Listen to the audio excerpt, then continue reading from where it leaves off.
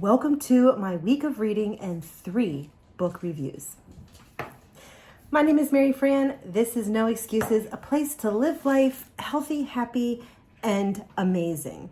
And one of the things that I love to do, a passion of mine, is to read.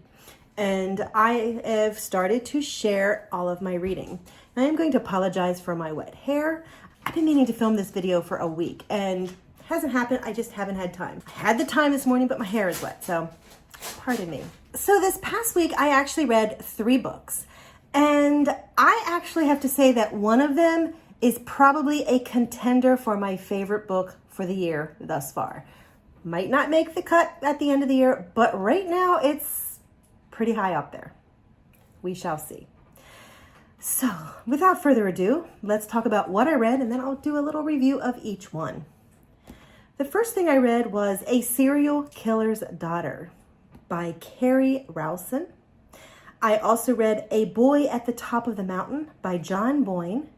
And I read A 5-Star Weekend by Ellen Hilderbrand. So let's start with A Serial Killer's Daughter. This is actually a nonfiction book. It is a true life telling of a gal who finds out that her father is a serial killer. I mean, this is a point of view that how many people ever have to experience and hopefully never do, but it's a very, very small community of people who can say their father is a serial killer. But the book starts out with the gal, and she's married, she's living in her apartment, and she starts to freak out because her father had actually instilled a lot of safety into her mind. So she was in her apartment, the doors were locked, and she noticed somebody outside looking into her apartment from their car. She was freaked out. She called her husband, and she was wary because, her father had taught her, be safe, be safe, be safe. And so her husband was on his way home, but before he got home, somebody knocked on the door. And it was a man. And she, because of the safety precautions that her father had taught her, knew to ask for the ID, and she actually called the FBI and verified that he really was with the FBI. And so she invited him in. And the words he said shocked her to the core, because he said, "We just arrested your father for 30 years of being a serial killer." Oh my word, can you imagine? So at that, and that's like the prologue. So then she actually breaks into the story of her life and everything that built up to where she was at that point.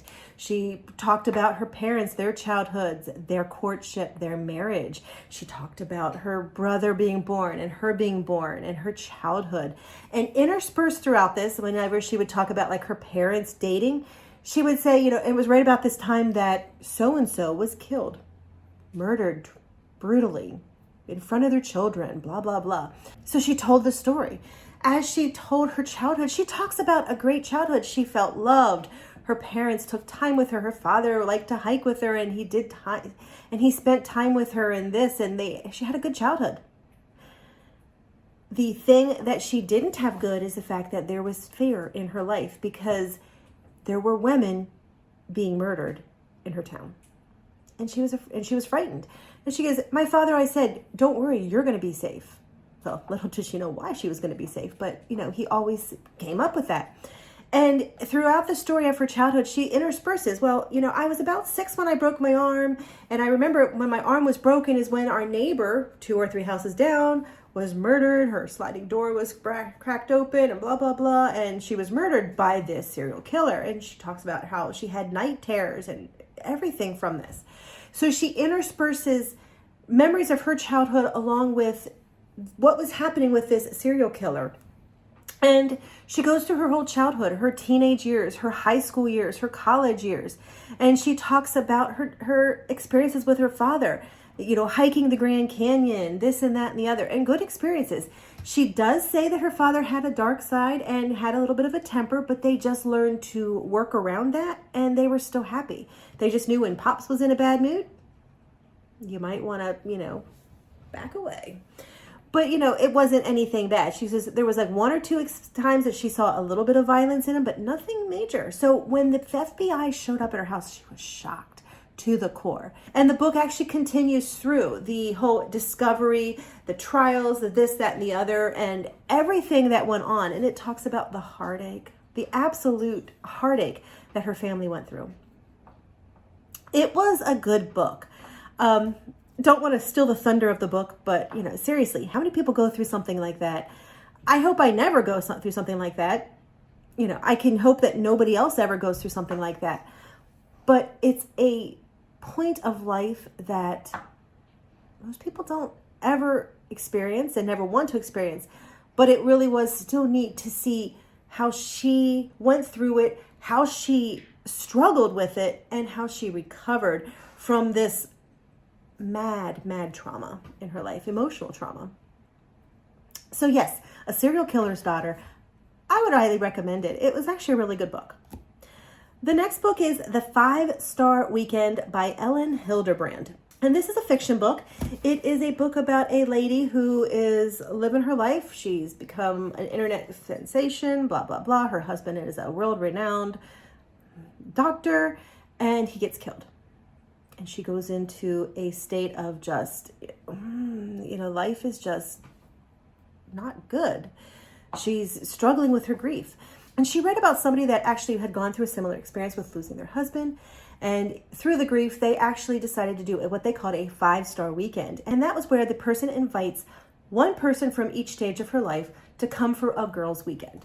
And so you invite somebody from your childhood, somebody from your college, somebody from your adulthood, all of the stages of life. Because, you do. A lot of people, we ebb and flow. I have a friend from here and a friend from there and a friend from there. Now, some of us are lucky enough that we have the best friend that's been there from kindergarten till death. But the average person probably changes throughout their life. So she invited all of these different stages of friends. And unbeknownst to her, they were all in their own personal emotional traumas. So you actually have all of their stories interweaved together to actually, with friends. And some of them were not, some of them didn't know each other. Some of them knew each other, but hated each other. So it was an interesting weekend. Throughout the weekend, they all worked through their own emotional struggles. They all worked out together, and they all, did what they needed to do. It was a nice, light, easy read. I have no problem with it, definitely. Check it out. The third book is the book that probably is in the running for one of my top picks for the year thus far. And that is A Boy at the Top of the Mountain by John Boyne.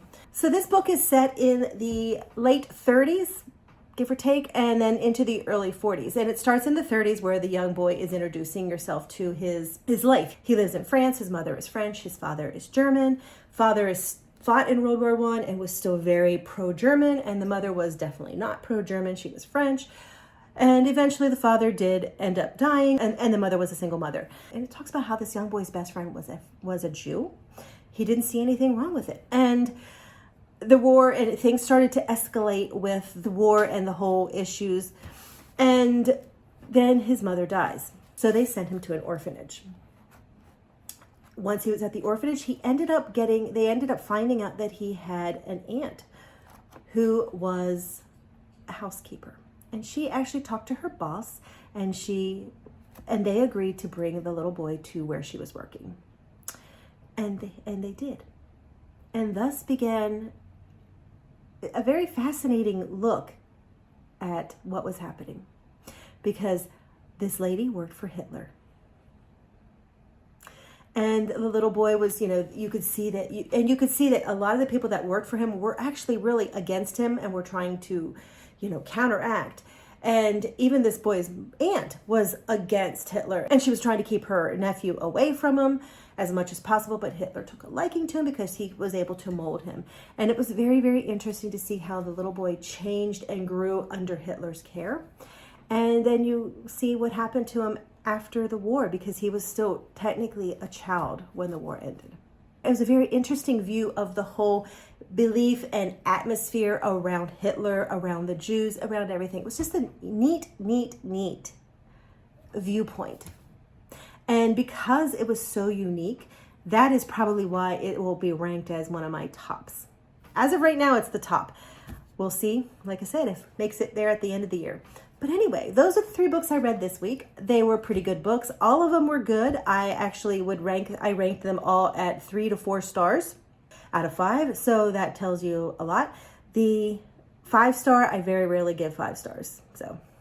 But the Serial Killer's Daughter, I ranked as a 3. The Boy on the Mountain, I ranked as a 4. And the 5-star Weekend, I ranked as a 3 also. So pretty good reading. Anyway, have you read any of these? Let me know in the comments if you do. All of the links for the books are down below in the description. Check them out and let me know what you think. No excuses.